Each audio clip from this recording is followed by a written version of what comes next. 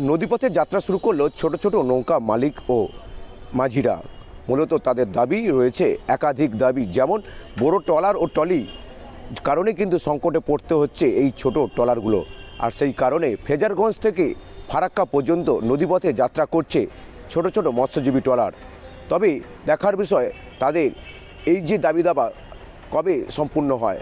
আমাদের প্রধানত তিনটে দাবিতে এই নৌপ্রচার অভিযান ফ্রেজারগঞ্জ থেকে ফারাক্কা, তিনটের প্রধান দাবি হচ্ছে মৎস্যজীবীদের জলের অধিকার দিতে হবে, তাদেরকে সমষ্টিগত পাট্টা দিতে হবে।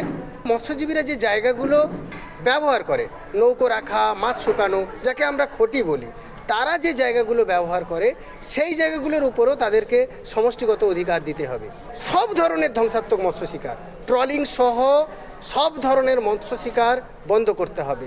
আভ্যন্তরীণ জলপথ ঘোষণা করে দেওয়া হলো। বাংলাদেশ থেকে দেখছেন বার্জের পর বার্জ আসছে এবং তারা এখান থেকে ফ্লাই অ্যাশগুলোকে নিয়ে যাচ্ছে। রাস্তাতে এই নদীপথে তারা মৎস্যজীবীদের জাল ছিঁড়ছে, নৌকোগুলোকে ধ্বংস করছে। তো এর ফলে প্রচণ্ড অসুবিধা হচ্ছে মৎস্যজীবীদের।